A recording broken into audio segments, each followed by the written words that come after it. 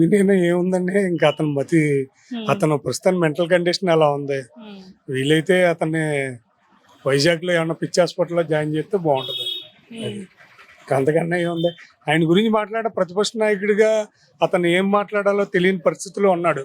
ఈరోజు రాజధాని మనకి పార్లమెంట్లో కానీ రాజ్యసభలో కానీ ఆమోదం పొందడం ఆంధ్ర ప్రజలు చేసుకున్న ఒక అదృష్టం. ఎలాగంటే 2 సంవత్సరాలు 3 సంవత్సరాలు రాజధానిలో ఉండే అక్కడ మహిళలు అయితే ఏంటి, వృద్ధులు అయితే ఏంటి, మిగతా ప్రజలు అయితే ఏంటి, అక్కడ ఎంత కష్టపడ్డారో మనం చూసాం.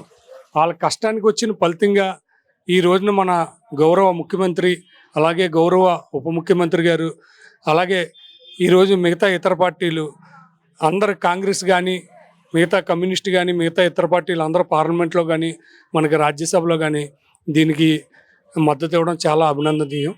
అలాగే మన ఆంధ్ర ప్రజలు చాలా అదృష్టవంతులు. ఈ రోజుకైనా మన పిల్లలు రాజధాని, ఆంధ్రప్రదేశ్ రాజధాని అంటే ఏం రాయాలో తెలియని పరిస్థితుల్లో ఎంతో ముందు ఉండేవారు.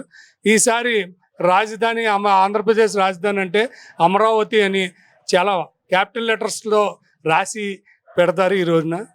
ఇది చాలా ఆనందకరమైన విషయం. ఈ రోజున అందరూ అన్ని ఊర్లో కూడా చాలా సక్సెస్ సభలు అన్నీ జరుపుకుంటున్నారు.